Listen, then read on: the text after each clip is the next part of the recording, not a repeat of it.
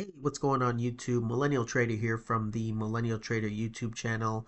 Congratulations, we made it to the end of the month. Today is November 30th, 2024.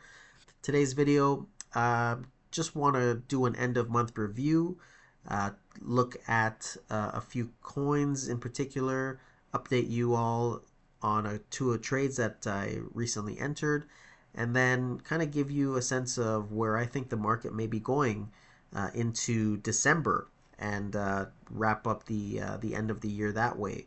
So with that, we're going to take a look at the first chart or website that I typically like to look at from an overall standpoint, and they do a good job in terms of doing putting up some interesting visuals.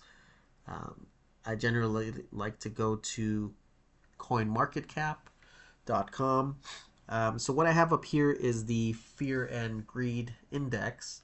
It essentially shows you market sentiment and just gives you an overall picture as to where the overall mood in the market is, and potentially give you some indications of whether we're at certain peaks or we're at the bottom of the market.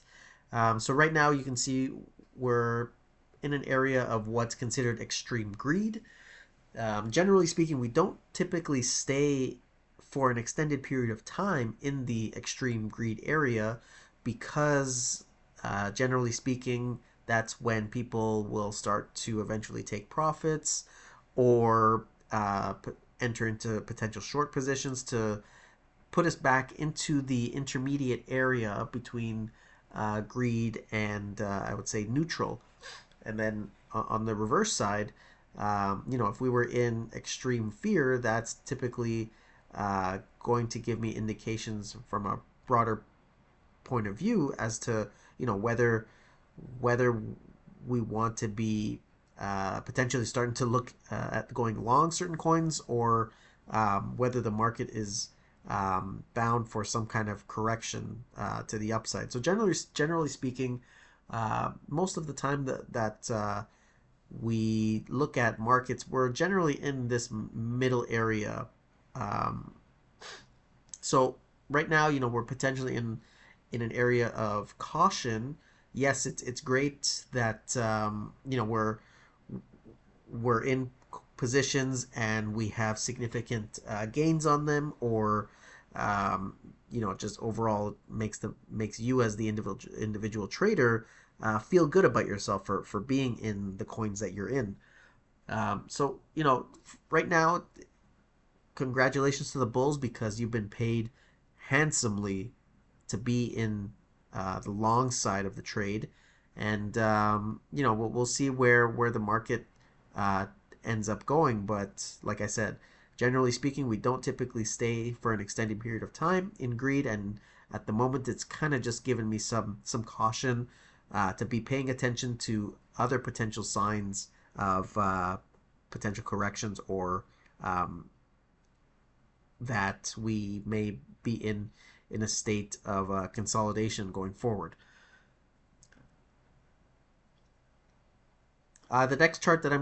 The next visual that I'm going to take a look at is Bitcoin dominance, and that's essentially it's a metric used to measure the relative market share or dominance of Bitcoin in the overall crypto sector.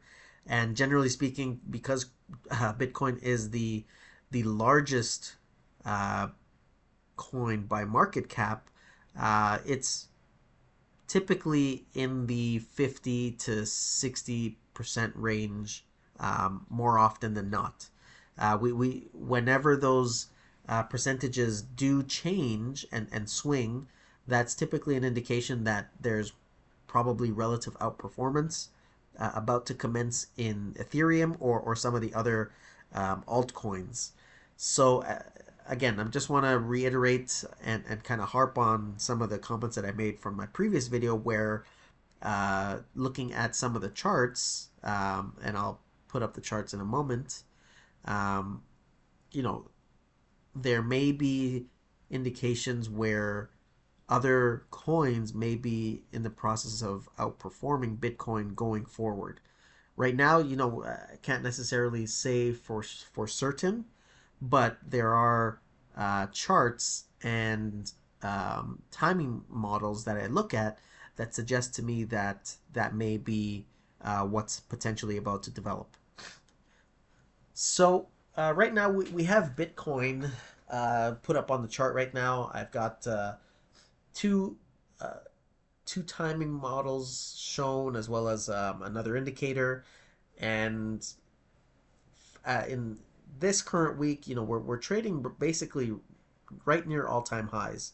You can see what's interesting about this candle is we were trading towards the low, but there were a lot of dip buyers that came in to essentially bring us back up into the high of this move. So that's obviously a good indication that there's still bullish momentum. And again, as I've previously mentioned, we were in this big consolidation phase. We pushed up, and coincidentally, we're on a 13 and a 9 um, countdown signal, which potentially indicates potential exhaustion in the market. So for me, do I necessarily want to be putting on new Bitcoin exposure at the moment? No, because risk reward and kind of risk management tells me that the model suggests that we're at a higher risk of a potential drawdown. And again, what I love about this model is the fact that the utility of it and how useful it is in terms of determining turns in the market is by far better than any other indicator that is typically taught in technical analysis or any other kind of proprietary model that has been developed by others and kind of given to the retail community. I like it because it's forward thinking and demonstrates potential future exhaustion points. And so right here, we can see there's a level right here where anybody who wanted to go short based off of this 13 signal, this is essentially their stop loss level. So assuming that this level continues to hold and Bitcoin falls below this price, then anybody who went short uh, is in a profitable position. This was essentially their stop out level, 96,125. So depending on how this week's candle ultimately completes and potentially into next week, that may indicate whether those bears who put on their shorts down here at around $82,000, whether they're going to exit and take a loss, or they're going to continue to hold for the potential that it comes back down and retraces somewhere in and around previous all-time high levels. So for me, the overall trend is still bullish, and this may actually be setting up for a potential handle, or excuse me, bull flag before we ultimately retest this 107 full exhaustion area. But like I said, for me, from a risk reward standpoint, I don't necessarily want to be putting on new exposure here. I would much rather put exposure on in and around this $86,000 level. This momentum level is a potential hidden area of support that you won't typically see anywhere else in terms of other indicators or other models, um, as a potential area where the dip buyers will be potentially stepping in to once again provide that momentum and thrust in the market to ultimately reach to this 107 target up here if we don't go straight to it over the next week or so. I also like the fact that MACD is still bullish. There's significant divergence or expansion of the lines rather. So that's favorable. And again, it's still a bull market. Um, Anybody who got in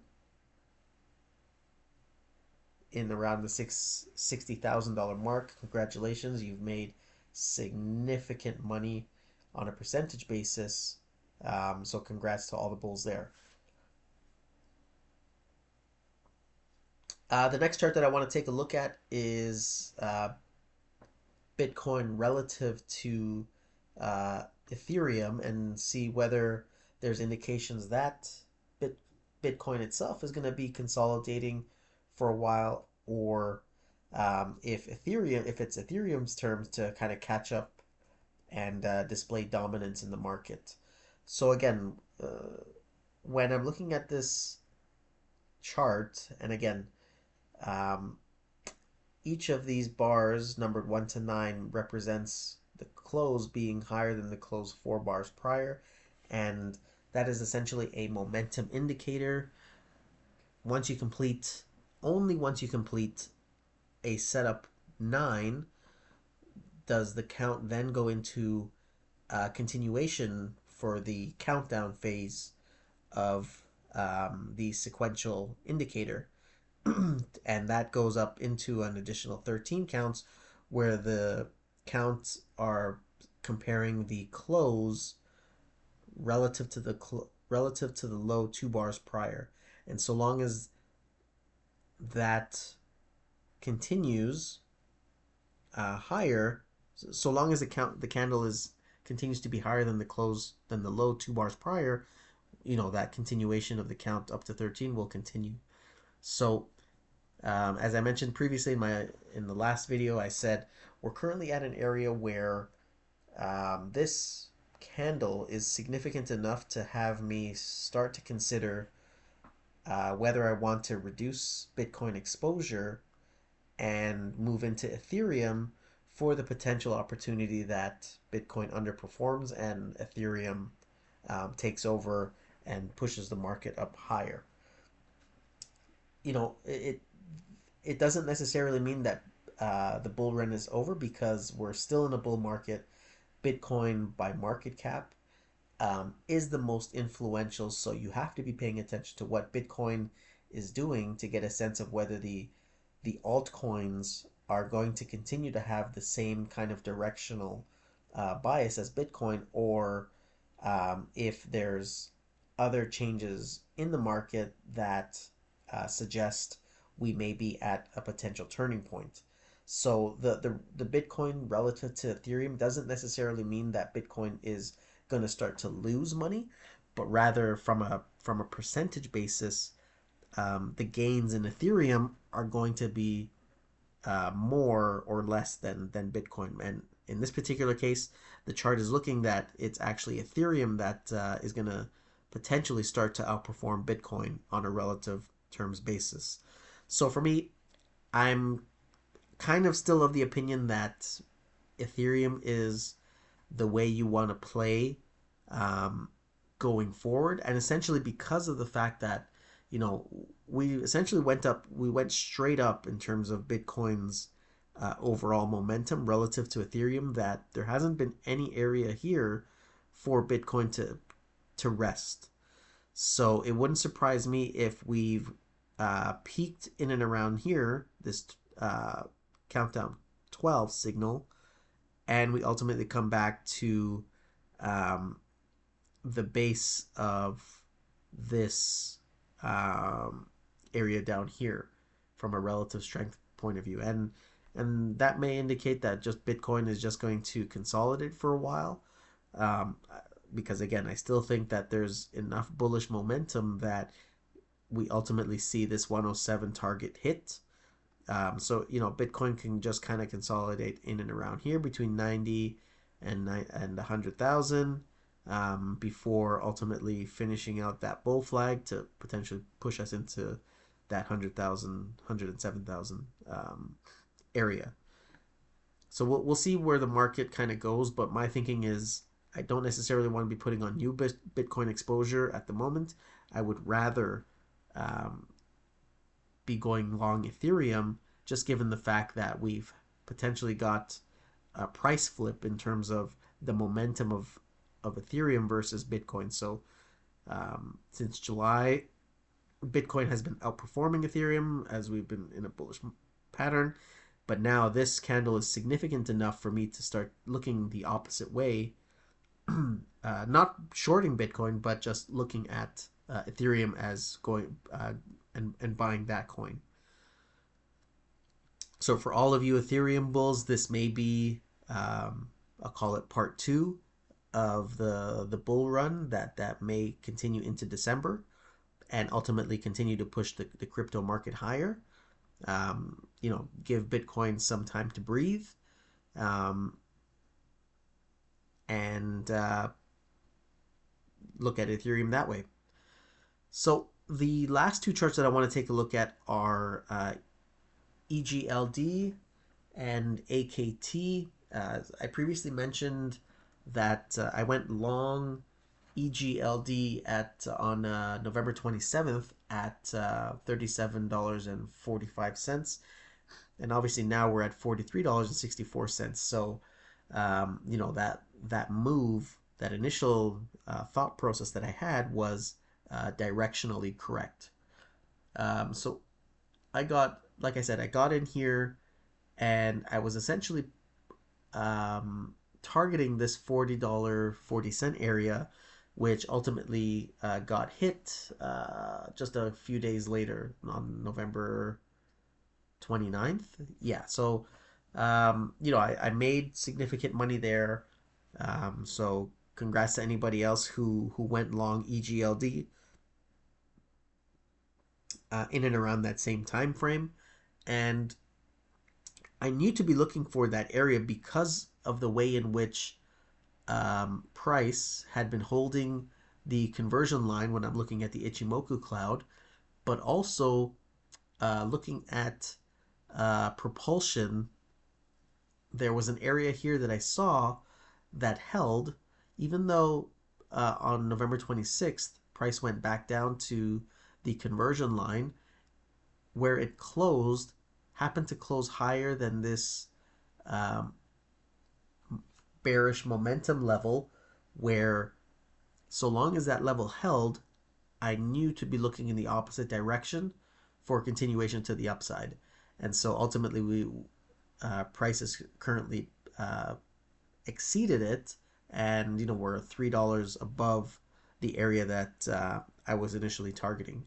But I'm comfortable with the gain that I took because when I was looking at the sequential indicator, we were at a +7, heading towards a +9 signal. So I knew that the count was going to complete. And what's interesting is the way in which the candle completed on November 29th.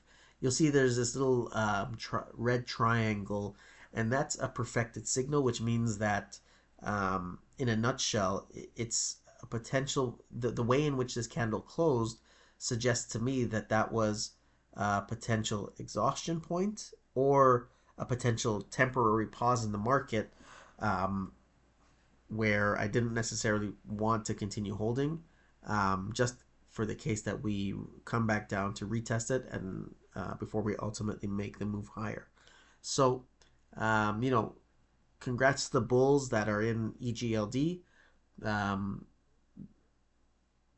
the force of the market currently is such that we're in the process of the countdown phase, which indicates that there may be potentially an additional 11 more days of continuation higher, or at least higher than $40.40 to potentially complete the count. And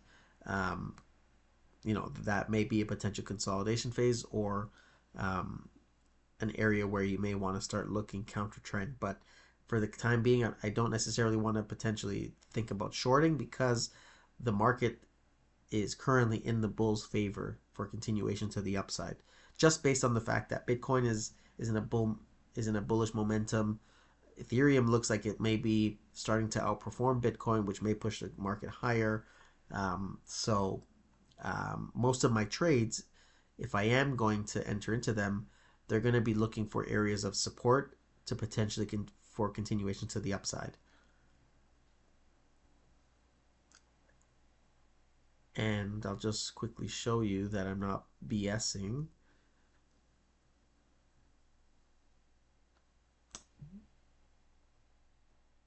But those were the trades that I entered into for EGLD and AKT. I blacked out the amounts, the quantity of coins, because I don't necessarily want to indicate or show whether whether I purchased a significant amount or not. I'm really just trying to help you all focus on the percentage gain and show you that the models that I use are very effective in terms of lining up your trades appropriately once you do the necessary analysis and identify opportunities for you to potentially either go long or go short. So in this particular case, I went long just because there were favorable indications to be looking that way directionally. And then the last trade that I want to give you an update on is AKT. So previously, as I showed you, for AKT, I entered in at $4.05. And obviously right now we're $4.34. Where am I potentially looking to scale out of my trade?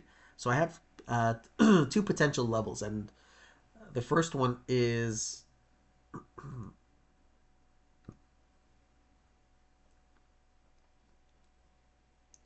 so the first one is this sell risk level, which again just basically means that is an objective and measurable level for anybody who went short AKT based on this 13 candle to potentially be their stop out level, because it's from a risk management point of view that's enough of a move higher that if they're wrong, that's the level that which they're going to exit the position and take their small loss. Again, no other indicator, no other model will show you these objective areas, because I would say that those other models are ineffective at risk management, and the tools that I'm using are sophisticated enough and used by so many other large institutions, hedge funds, that they're accustomed to knowing when to get into the market, when to get out, when to be buying your shares or your cryptocurrency when the market has turned and it's in a bear market. They're the ones that are coming in to buy at the levels that they do based on what this model tells them. And this model has been in the Wall Street arena since the 1970s, that there are enough players that are looking at this, using at it on a daily basis, that the market, unfortunately, doesn't favor retail traders the way that it does for institutions, because these models were designed for institutions to begin with. So the old saying of, the market is unfavorably geared toward institutions, it rightly is, because you're at a significant disadvantage as a retail trader. You don't have the pockets like they do to utilize these models and the bankroll, of course, as well, to continue to push things in their favor. So, it's highly important to continue to, for me at least, that I continue to use these models, because there's significant utility and significant usefulness into who's using them and why the market is being pushed in a certain direction. So going back to what I was mentioning before, I got in on November 27th. Again, there's this area right here, um, which I said, so long as this level holds, this bullish momentum level holds, I want to continue to be long for the potential continuation upside to this 450 area right up here. And so far that it's played out perfectly. So I'm obviously profitable on the position. The first area that I'm going to potentially scale out is at 440 with about a 25% position there, and then I'm going to scale out completely at around $4.55 because um, there is this exhaustion area where anybody who was long the coin here has experienced almost a full dollar move higher. So that's one area of potentially taking profits. There is another level um, further up at around $5. $5.48. Again, these um, propulsion areas are objective measures in the way the market thrusts up. Again, I'm not necessarily going to explain to you what what they mean and how they're calculated. In a future video, I may go into details and explain the underlying calculations, but this model was developed with such high precision and such effectiveness that um, anybody who's using them from an institutional side, they're paying attention to it and they're using it to their advantage. So, um, when you look at other people and they talk about certain things and what they're seeing, they really have no objective basis, um, no process that can be replicated over and over time with success compared to the mark indicators. I really um, I really implore you to read about them, to understand them, because they're so effective, and this is how the biggest funds on Wall Street trade, um, and why the market moves the way it does, based on how these indicators line up. And I like the timing mechanism of them, um, and also the simplicity. Once you understand the logic behind these counts and what these lines mean, they're so intuitive, and they keep you grounded and not feel FOMO or experience FUD, um, fear of missing out, or fear, uncertainty, and doom. That this is how they take advantage of the market. So for me, I'm in a profitable position. I'm probably going to get my first target price hit sometime today with 455 ultimately being scaled out. Um, that's it for today. It's a bullish market. Bitcoin is up. The fear and greed index shows that it's still people are feeling extremely greedy, but again, we don't necessarily end up staying in this greed zone for very long. We generally come back down, so it wouldn't surprise me if Bitcoin underperforms Ethereum going forward. And I kind of want to be positioning myself to be in Ethereum heading into December, because from what I'm seeing in the models, it definitely shows me that Ethereum may be on the cusp of outperforming Bitcoin. And over the next couple of days, I'll update you in terms of some other trades that I'm looking at, and update you on when I actually scale out of AKT. But for now, that's it. If you like this video and you want to see more content, hit the subscribe button, hit the like button, put up some comments. Let me know what you like, what you didn't like, what I should improve upon, what other charts or graphics you want me to take a look at and give you my interpretation. And it's really the culmination of all of these different things and tools that I look at to help me determine and gauge, where I want to be putting on positions, where I want to be scaling out, where I want to be potentially shorting the market and covering and all that stuff. So, if you like everything that if you like the content, continue to watch the videos, and hopefully you'll take something from it and potentially profit from the market that way. All right. Thanks, everybody. Congrats. End of November. We'll see what December holds out.